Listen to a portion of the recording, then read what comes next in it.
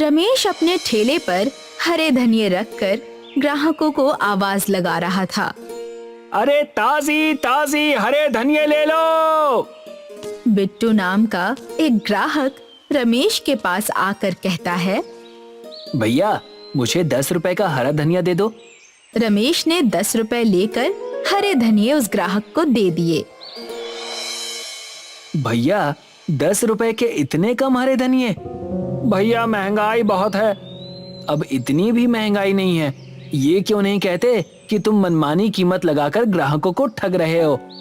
भैया मेरी बात का विश्वास करो, मुझे थोक में स्वयं ये हरे धनिये बहुत ही महंगे पड़े हैं। इस पूरे गांव में केवल जमींदार ही हरे धनिये की सप्लाई करता है। रमेश की बात सुनकर बिट्टू दूसरे दुकानदार के पास चला गया और दुकानदार को 10 रुपए देते हुए बोला, भैया 10 रुपए के हरे धनिये दे दो। दुकानदार ने बिट्टू को 10 रुपए में धनिये दे दिए। बिट्टू वो हरे धनिये लेकर रमेश के पास आकर कहता है, तुमने 10 रुपए के मुझे थोड़े से हरे धनिये पकड़ा दिए और उस दुकानदार ने मुझे 10 रुपए के इतने ढेर सारे धनिये दिए। लाओ मेरे पैसे वापस करो, मुझे तुम्हारे हरे धनिये नहीं खरीदने। और मैं तो क्या, तुमसे इस गांव में कोई भी हरा धनिया नहीं खरीदेगा। तुमने तो लूट मचा रखी है। बिट्टू क्रोधित होकर वहाँ से चला गया। रमेश शाम को अपने घर पर जाकर अपनी पत्नी स्वाति से बात करने लगता है। मेरी समझ में नहीं आता स्वाति कि दुकानदार सस्ते में ढेर सारी धनिया ग्राहकों को कैसे दे देते हैं। इससे मेरी दुकानदारी पर बहुत बुरा असर पड़ रहा है। आपको पता नहीं कब अकल आएगी। अरे आप ये क्यों नहीं समझते कि वो जमींदार आपको महंगे हरे धनिये बेचता है और उन बड़े दुकानदारों को सस्ते हरे धनिये देता है। लेकिन इससे जमींदार को क्या फायदा होगा? जरा सोचिए, कुछ समय पहले हमारे गांव में हरे धनिये के ना जाने कितने ठेले थे, लेकिन धीरे धीरे करके वो सारे ठेले समाप्त हो गए। अब इस गांव में केवल आप ही ठेले पर हरा धनिया रखकर बेचते हैं। जिस दिन आप भी इस धंधे को बंद कर देंगे, उस दिन दुकानदार मनमानी रेट में ग्राहकों को हरे धनिये बेचेंगे। तुम ठीक कहती हो स्वाति, मुझे इस बारे में जमींदार से बात करनी होगी। अगले दिन रमेश गांव के जमींदार के पास चला गया। रमेश को देखकर जमींदार ने कहा, क्या बात है रमेश, कल ही तो तुम मुझसे हरे धनिये लेकर गए थे, क्या इतनी जल्दी तुमने वो बेच दिए? मैं इसी सिलसिले में आपसे बात करने के लिए आया हूँ। क्या हुआ, सब ठीक तो है? जमींदार साहब, सारे गांव के दुकानदारों को आप ही हरे धनिये बेचते हैं, मगर कुछ दिनों से मैं देख रहा हूँ कि सारे दुकानदार कम रेट में ग्राहकों को हरे धनिये ज्यादा देते हैं। ये तो अच्छी बात है रमेश, तुम भी कम रेट में ग्राहकों को बेचो। जमींदार साहब, दुकानदार ऐसा तभी कर सकते हैं जब आप उन्हें सस्ते में और मुझे महंगे में हरे धनिये दे रहे हो। तुमने बिल्कुल सही कहा रमेश, क्योंकि जितने भी दुकानदार हैं वो सब नगद में मुझसे हरे धनिये खरीदते हैं और बड़े पैमाने पर इसका कारोबार करते हैं, और तुम ठेला लगाकर उन सब की दुकानदारी खराब करते हो। इसीलिए तुम आज से हरे धनिये बेचना बंद कर दो। ये तो बहुत गलत बात है जमींदार साहब। इसका मतलब मेरी पत्नी बिल्कुल सही कह रही थी। आप छोटे दुकानदारों को खत्म करके बड़े दुकानदारों को बढ़ावा दे रहे हैं। तुम्हारी हिम्मत कैसे हुई मुझसे इस तरह से बात करने की? आज से तुम्हें कोई हरा धनिया वनिया नहीं मिलेगा। जाओ, जाकर कोई और धंधा देखना शुरू कर दो। जमींदार ने रमेश को अपमानित करके अपनी हवेली से बाहर निकाल दिया। अगले दिन से रमेश ने ठेला लगाना बंद कर दिया और बड़े दुकानदारों ने अपनी मनमानी शुरू कर दी। कुछ दिन बाद बिट्टू एक दुकानदार के यहाँ पर हरा धनिया लेने के लिए आया। मुझे 10 रुपए के धनिये दे दो। दुकानदार ने ना के बराबर धनिया बिट्टू को पकड़ा दिए। अरे ये क्या, 10 रुपए के इतने कम हरे धनिये? इतने रुपए में सिर्फ इतने ही मिलेंगे। जानते भी हो हरे धनिये के रेट आसमान छू रहे हैं। मैं इतने महंगे हरे धनिये नहीं खरीद सकता। तो फिर अपने भोजन में हरे धनिये खाना बंद कर दो। रमेश इस दृश्य को बहुत गौर से देख रहा था। वो निराश होकर अपने घर पर आकर बैठ गया कि तभी गांव के बलिया नाम के एक बुजुर्ग वहां पर आ गए। अरे बलिया चाचा, आप अचानक यहाँ कैसे? तुम्हारे साथ जमींदार ने बहुत ही गलत किया। जमींदार को ऐसा नहीं करना चाहिए। अब क्या कहूँ चाचा, मैंने सुना है कि किसी जमाने में आप अपने खेतों में बड़ी तादाद में हरे धनिया उगाया करते थे। उस दौर में मैं दुकानदारों को हरा धनिया मुफ्त में दे देता था। लेकिन अब जमाना बदल गया है ना चाचा। जमाना चाहे भले ही बदल गया हो रमेश, लेकिन हरे धनिये का जादुई गांव आज भी है। ये सुनकर रमेश बुरी तरह से चौंक जाता है। मैं आपकी बात का मतलब नहीं समझा चाचा। रमेश, गांव के सभी लोग ये समझते हैं कि मैं अपने खेत में हरे धनिये उगाया करता था, लेकिन ये सच नहीं है। सच तो ये है कि मैं उस दौर में हरे धनिये के गांव से लेकर आता था, जो कि एक जादुई गांव है। उस जादुई हरे धनिये के गांव का द्वार कहाँ खुलता है, ये केवल मैं जानता हूँ। मैं चाहता हूँ कि तुम उस जादुई हरे धनिये के गांव में जाओ और वहां से हरे धनिये लेकर सारे गांव में मुफ्त में बांटो। उसके बाद तुम चमत्कार देखना। बलिया चाचा, कहीं आप मजाक तो नहीं कर रहे ना? नहीं रमेश, हमारे गांव से कुछ दूर एक तालाब है जो कि भूत प्रेत के नाम से प्रसिद्ध है। तुम उस तालाब के अंदर कूद जाना। तुम स्वयं जादुई हरे धनिये के गांव में पहुंच जाओगे। और हाँ, इस रहस्य को अपने तक ही सीमित रखना। इतना कहकर बलिया चाचा वहां से चले गए। जहां तक बलिया चाचा को मैं जानती हूँ, वो कभी झूठ नहीं बोलते। तुम्हें एक बार ऐसा करना चाहिए। मैं चाहती हूँ कि उस जमींदार की दुकानदारी इस गांव में जड़ से ही समाप्त हो जाए। रमेश बलिया चाचा की बताई हुई जगह पर चला गया और उस तालाब को गौर से देखने लगा।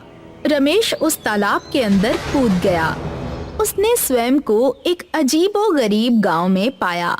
रमेश ने देखा कि उस गांव में सुख सुविधा की हर वस्तु मौजूद थी, मगर वो सब हरे धनिये के ही बने हुए थे। रमेश आश्चर्यचकित रह जाता है। ये तो बड़ा ही अजीबोगरीब गांव है। यहाँ तो हर वस्तु हरे धनिये की बनी हुई है। तभी रमेश के कानों में एक व्यक्ति की आवाज टकराई। तुमने सही कहा, ये जादुई हरे धनिये का गांव है। रमेश ने देखा कि वो व्यक्ति साइकिल पर बैठा हुआ था और उसे देखकर मुस्कुरा रहा था। मैं यहाँ से हरे धनिये ले जाना चाहता हूँ। तुम यहाँ से जितने भी हरे धनिये ले जाना चाहते हो ले जाओ। यहाँ से हरे धनिये ले जाने की कीमत नहीं चुकानी पड़ती। रमेश बहुत सारे हरे धनिये लेकर तालाब के किनारे आ पहुँचा और तालाब के अंदर कूद गया। तालाब के अंदर कूदते ही रमेश ने अपने गांव में प्रवेश कर लिया। अरे वाह, जादुई हरे धनिये के गांव से आने और जाने का रास्ता तो बड़ा ही आसान है। अब मैं रोज वहां से हरे धनिये लाकर गांव में मुफ्त में बांटूंगा। रमेश उस दिन से गांव में मुफ्त धनिया बांटने लगा।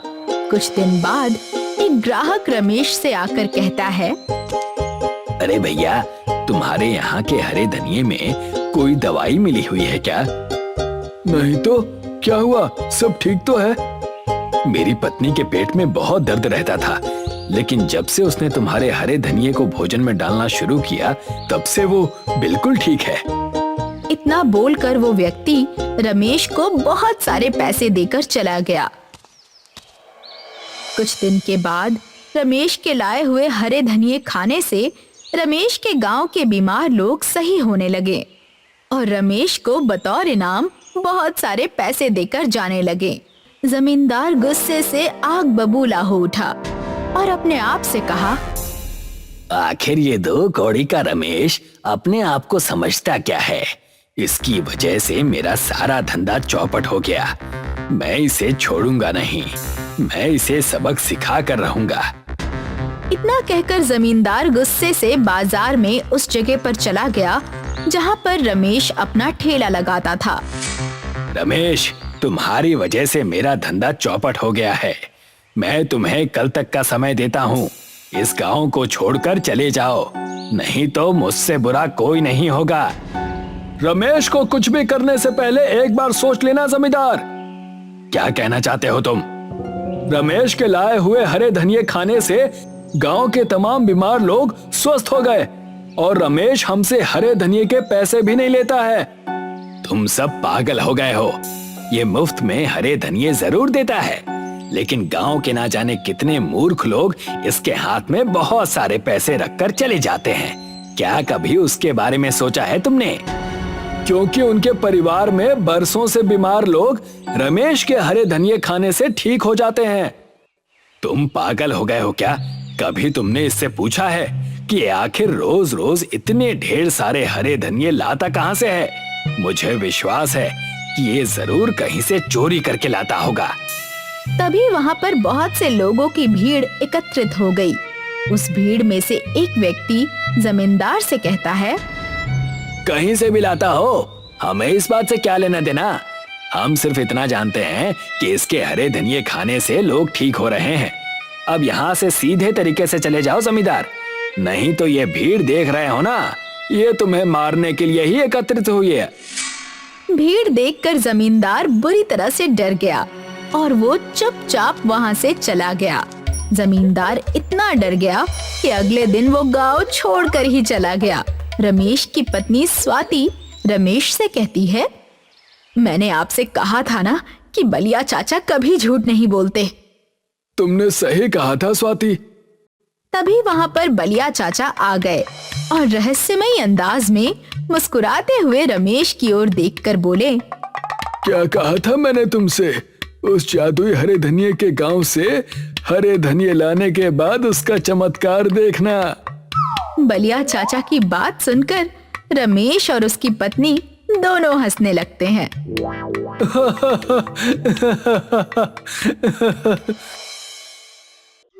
नीलिमा के पिता की मौत के बाद उसके घर की सारी जिम्मेदारी उसके कंधों पर आ गई थी और इसलिए उसने एक चाइनीज भेल का ठेला लगाना शुरू कर दिया। नीलिमा खुद रोज चटनियां बनाया करती थी और न्यूडल्स को भी फ्राई किया करती थी। शाम के ठीक 5 बजे वो अपना ठेला खोला करती थी। दीदी, मुझे एक चाइनीज भेल दे दो। मुझे भी। मुझे 2 भेल पार्सल चाहिए। नीलिमा के ठेले पे आते ही ग्राहकों की भीड़ लग जाया करती थी। नीलिमा एक एक करके सारे ग्राहकों को चाइनीज भेल दिया करती थी। दीदी, बहुत टेस्टी हैं। मजा आ गया। कल हम वापस आएंगे। हाँ हाँ, बिल्कुल आना। नीलिमा की होममेड चटनी और नूडल्स का टेस्ट दूसरी दुकानों से अलग था और वही उसके ग्राहकों को पसंद आता था। कुछ ही घंटों में नीलिमा का सारा सामान खत्म हो जाया करता था। फिर वो घर लौट आती। ये लो माँ, आज की कमाई। वाह, आज तो तुमने 600 रुपए कमाए हैं। हाँ, आज चटनी और नूडल्स ज्यादा बनाए थे। अच्छा है, कल से ऐसे ही ज्यादा बनाना। ठीक है माँ। नीलिमा चाहे जितना भी ज्यादा सामान बनाए, उसका ठेला खुलते ही सब कुछ धड़ाधड़ खत्म हो जाया करता था। एक दिन नीलिमा अपने घर पे बैठकर सोच रही थी कि उससे क्या करना चाहिए। माँ, जितनी भी ज्यादा चटनी बनाओ या जितनी भी ज्यादा नूडल्स फ्राई करूँ, सब खत्म हो जाते हैं। ये तो अच्छी बात है ना बेटा। वो तो है, पर कुछ ग्राहकों को हमेशा खाली हाथ लौटना पड़ता है। वो तो है ही, अब क्या कर सकते हैं? मेरे पास एक आइडिया है। अच्छा, और वो क्या है? दीदी, आप रेडीमेड नूडल्स और चटनी भी खरीद लिया करो। बीच बीच में अपनी चटनी के साथ वो भी मिक्स कर दोगी तो किसी को पता नहीं चलेगा। ऐसे कैसे पता नहीं चलेगा? अरे माँ, दीदी के नूडल्स के बीच में अगर रेडीमेड नूडल्स हो तो कैसे कोई बता सकता है कि कौन सा दीदी का है और कौन सा रेडीमेड? वैसे बात में तो दम है, पर फिलहाल मैं ये नहीं करूँगी। फिलहाल मैं और भी ज्यादा नूडल्स बनाऊंगी। हाँ, यही सही है नीलिमा। अगले दिन से नीलिमा ने पहले से दुगनी शेजवान चटनी बनाई और पहले से दुगने नूडल्स फ्राई किए। उम्मीद है अब सबको मिलेगा। सारा सामान लेकर नीलिमा अपने ठेले पर गई और इस दिन नीलिमा के ठेले पे एक फेमस फूड ब्लॉगर आई। हम आए हैं दीदी की चाइनीज भेल खाने। सुना है बहुत टेस्टी है। देखते हैं। वाह, ये तो लाजवाब है। आप सभी को नीलिमा दीदी की चाइनीज भेल टेस्ट करनी चाहिए। इस फूड ब्लॉगर का वीडियो वायरल हो गया और हर कोई जो वीडियो देखता वो नीलिमा के ठेले पर पहुंच जाता। अब नीलिमा को वापस नूडल्स और चटनी कम पड़ने लगी थी। एक चाइनीज भेल दे दो दीदी। भैया सब कुछ खत्म हो गया है, आप कल आ जाइए। नीलिमा को कस्टमर को खाली हाथ वापस भेजना अच्छा नहीं लग रहा था। उस रात जब वो घर लौटी, माँ, उस वायरल वीडियो की वजह से ग्राहक और भी बढ़ गए हैं। बहुत अच्छा है बेटा। वो तो है, पर आज भी सब कुछ खत्म हो गया। मुझे कस्टमर को खाली हाथ वापस भेजना पड़ा। अरे दीदी, आपको बोल तो रही हूँ, मेरा आइडिया यूज करो। हाँ हाँ, वही सोच रही हूँ, कल बाजार से सब ले आऊंगी। ये हुई ना बात। अगली सुबह नीलिमा बाजार से शेजवान चटनी का कैन और नूडल्स के बड़े बड़े पैकेट ले आई। फिर नीलिमा ने अपने रोज की चटनी बनाई और साथ ही नूडल्स भी फ्राई किए। ये सारी चीजें लेकर वो अपने ठेले पर गई। रोज की तरह नीलिमा के ठेले खोलते ही ग्राहक जमा हो गए। मुझे 2 चाइनीज भेल पार्सल। मुझे भी एक, मुझे भी एक। नीलिमा का हाथ चलता ही रहा। धीरे धीरे डिब्बे में चटनी कम होती जा रही थी। लगता है मुझे वो बाजार वाली चटनी भी मिला देनी चाहिए और नूडल्स भी। फिर नीलिमा ने अपनी चटनी में बाहर वाली चटनी मिला दी और फ्राइड नूडल्स में बाजार वाले फ्राइड नूडल्स मिला दिए। मुझे 2 चाइनीज भेल चाहिए। हाँ हाँ, दे रही हूँ। नीलिमा पहले की तरह सारे ग्राहकों को चाइनीज भेल बना बना कर खिला रही थी। दीदी, स्वाद में कुछ अलग है, पहले जैसा नहीं है, पर अच्छा है। नीलिमा खुश थी कि उसके ग्राहकों को बाजार वाले सामान का स्वाद भी पसंद था। फिर क्या था, हर दिन नीलिमा बाजार के शेजवान चटनी और नूडल्स को अपने बनाए हुए सामान में मिला देती थी। किसी को स्वाद में अंतर समझ नहीं आया क्या? नहीं माँ, उल्टा सब चाव से खा रहे थे। अच्छा है, लगता है छाया का आइडिया काम कर गया। माँ खुश थी कि नीलिमा की मेहनत कम हो गई थी। धीरे धीरे नीलिमा बहुत कम सामान बनाती थी और ज्यादा से ज्यादा सामान बाहर से खरीदती थी, लेकिन अब भी उसके ठेले पे भीड़ थी। फिर एक दिन नीलिमा के ठेले के बगल में अशोक ने चाइनीज का ठेला खोला। वो शेजवान चटनी और नूडल्स सब बाजार से लाता था। नीलिमा के कस्टमर्स ने अशोक की चाइनीज भेल भी चखी। ये तो बिल्कुल नीलिमा दीदी की तरह है। क्या सच में? एक एक करके सारे कस्टमर्स ने अशोक की भेल चखी और उन्हें वो भी अच्छी लगी। अशोक बड़ा ही शातिर था। वो कस्टमर्स को अपनी तरफ खींचना चाहता था, तो उसने चाइनीज भेल का दाम 10 रुपए से घटाकर 8 रुपए कर दिया। अरे वाह, बस 8 रुपए में? सही है। वैसे भी दोनों के स्वाद एक जैसे ही हैं। वो भी है। और कम दाम होने की वजह से अशोक के ठेले पे कस्टमर्स की भीड़ लग गई और देखते ही देखते नीलिमा का ठेला खाली था। आज पहली बार नीलिमा का सामान खत्म नहीं हुआ था। वो मायूस होकर घर लौटी। क्या हुआ? अशोक ने मेरे बगल में चाइनीज भेल का ठेला खोल रखा है और दाम 8 रुपए कर दिए। अब मेरे पास कोई नहीं आ रहा। तो दीदी, आप भी दाम घटा दो। पर उससे मुनाफा कम नहीं होगा। कोई बात नहीं, पर कम से कम सब बिकेगा। हाँ। अगले दिन नीलिमा ने नया बोर्ड लगाया। उसने चाइनीज भेल का दाम 7 रुपए कर दिया। 7 रुपए का बोर्ड देखकर कस्टमर्स नीलिमा के ठेले की ओर गए। अब तो कुछ करना ही पड़ेगा। अशोक ने अपना दाम घटाकर 5 रुपए कर दिया है। 5 रुपए में चाइनीज भेल? अब तो मैं 2 खाऊंगा। और एक बार फिर सारी भीड़ अशोक के ठेले की ओर मुड़ गई। नीलिमा ने अपना सिर पकड़ लिया। उसे समझ ही नहीं आ रहा था कि वो क्या करे। कई घंटों तक वही बैठने के बाद नीलिमा घर लौटी। मेरा आइडिया काम किया ना दीदी? नहीं, अशोक ने दाम 5 रुपए कर दिए। अभी भी सारा सामान वापस आया। मैं 5 रुपए से नीचे दाम नहीं घटा सकती। तो अब क्या करे? मुझे तेरी सुननी ही नहीं चाहिए थी। मेरा चाइनीज भेल का ठेला अच्छा भला चल रहा था। जहाँ मैंने लालच के चक्कर में बाजार से सामान लाया, वही मेरा डूबना शुरू हो गया। मुझे लालची नहीं बनना चाहिए था। लेकिन अब तू क्या करेगी? वापस वही जो पहले करती थी। खुद चटनी और नूडल्स बनाकर चाइनीज भेल बनाऊंगी, पूरी ईमानदारी से। अगले दिन नीलिमा ने शेजवान चटनी और नूडल्स बनाना शुरू कर दिया और फिर शाम को वो अपने ठेले पर पहुंची।